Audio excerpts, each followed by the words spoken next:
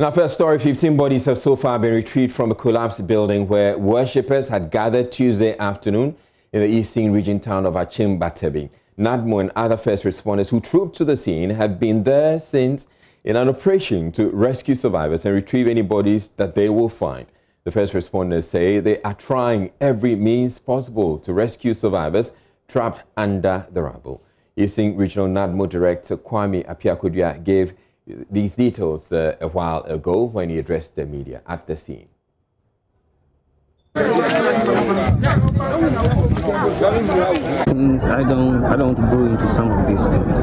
No institution has been able to get all the logistics that it needs for its operation. But the most critical thing to do now is in the light of the limited resources that we have, what can we do to salvage the situation? That is the most important thing that we need to talk about.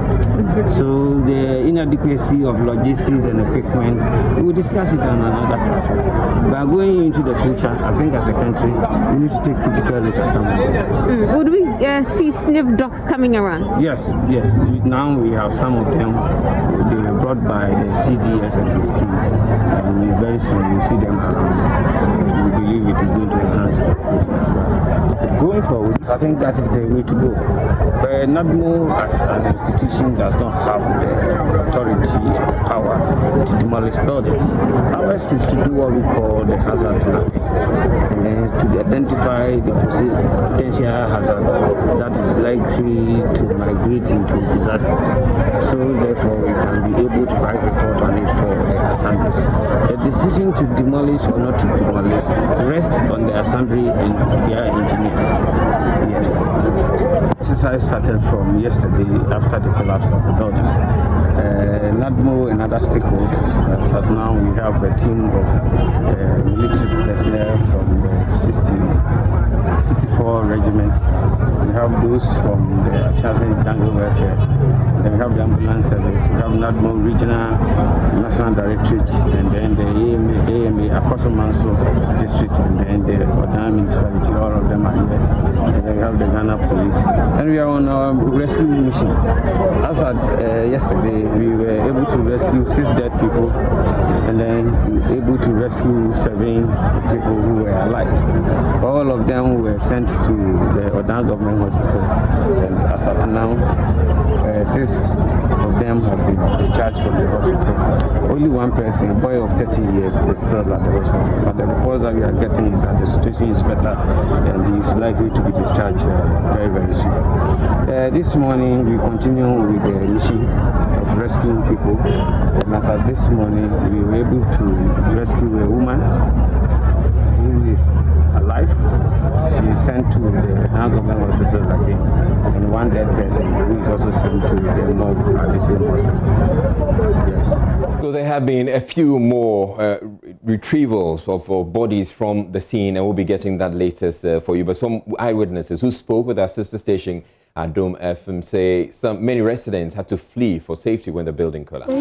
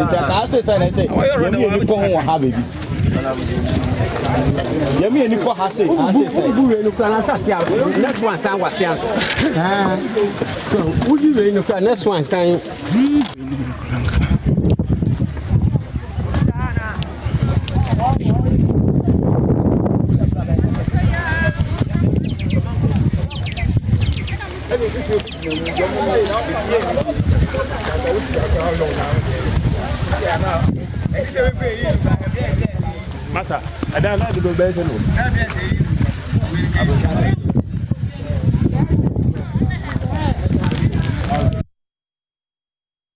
All right, so joining me from the scene right now is Adom FM's Kwesi Azor. Thank you very much, Kwesi. Now, the last time we checked, the death toll had hit 15. What's the very latest?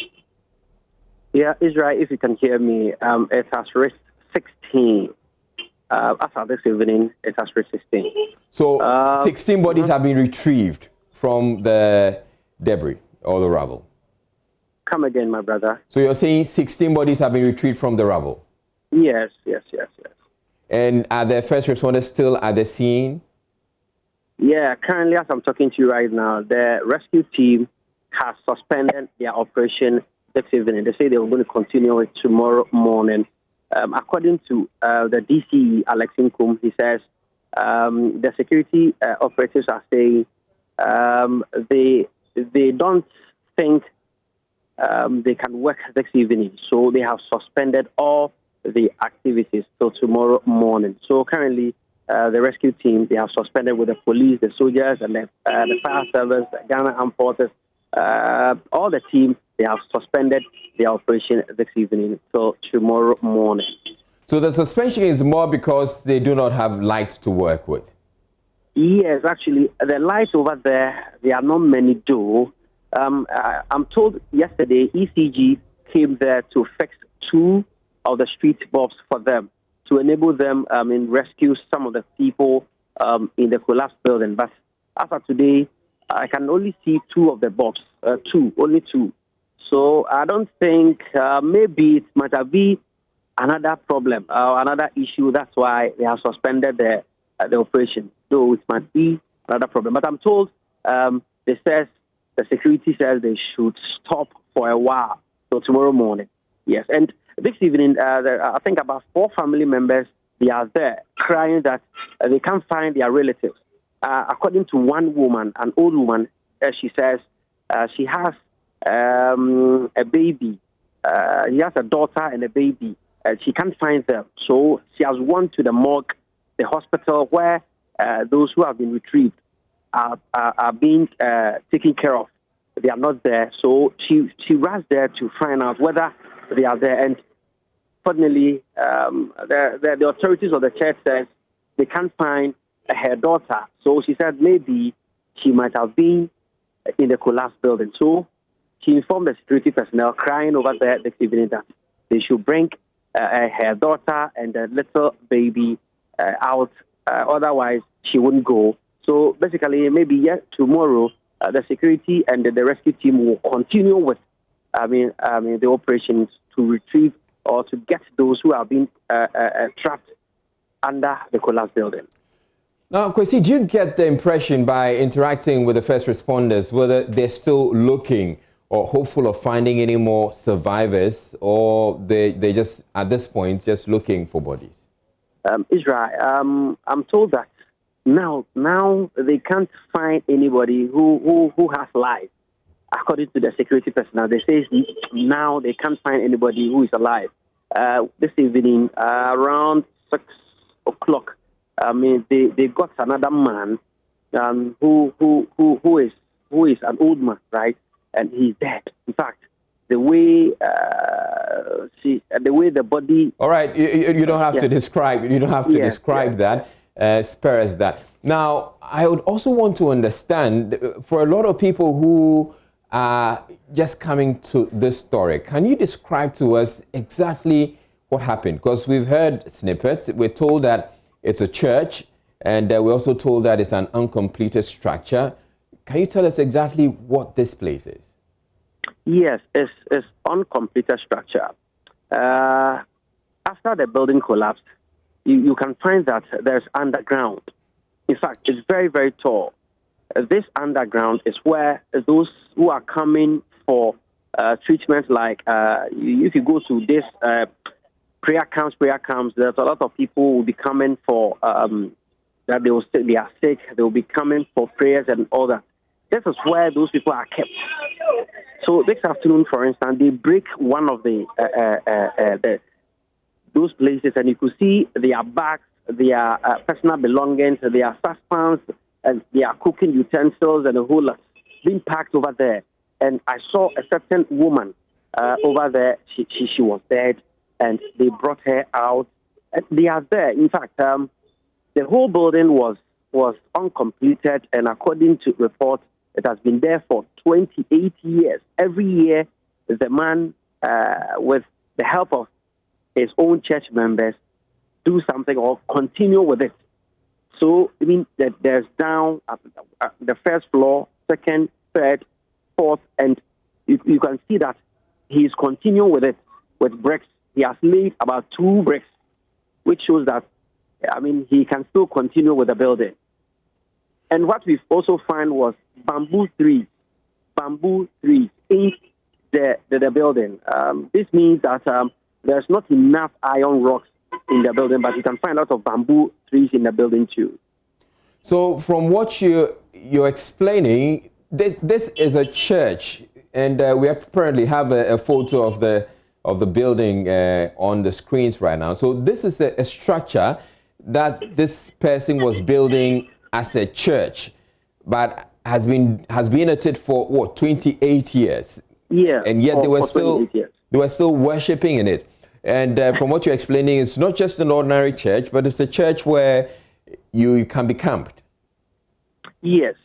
In fact, it's very big. And according to the DCE, he says a lot of people come from all over the region, and some of them come from Accra, Tema, Kumasi to worship at that church.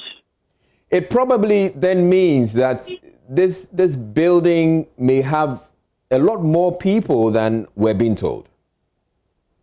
Yes, according to an eyewitness that I spoke with yesterday, the guy told me that there were about 64 people. And there's a lot of people who has also come to visit the man, the prophet Akwa Isaac. He was sick, so a lot of people, sympathizers, were coming in to visit him. So there were many, but those around the church building and in the church building, when the incident happened, they were about 64. So a lot of them were outside the church. So when the incident happened, all of them ran away. So we couldn't count them, but he could count about 64 people in that church building when the incident happened. And where is the prophet or the owner of the building right now? He was invited by Akimodan Divisional Police Command next morning, and as of this evening, he is there. We wanted to have a word with him, but his church members prevented us from even seeing him. Even this evening, as we were leaving there, the church members were even insulting us. Youth, pressmen, inquisitive, and a whole lot. They were even fighting us. We wanted to get near to them to speak with some of them, but they say they won't talk. So I don't know whether the authorities has warned them not to talk to the media. Well, that one I can't tell now. But if you get to them, they say no, we won't talk. All right. Thank you very much, Kwesi Azor. He's with Adom FM. He was bringing us details from the scene of that tragedy.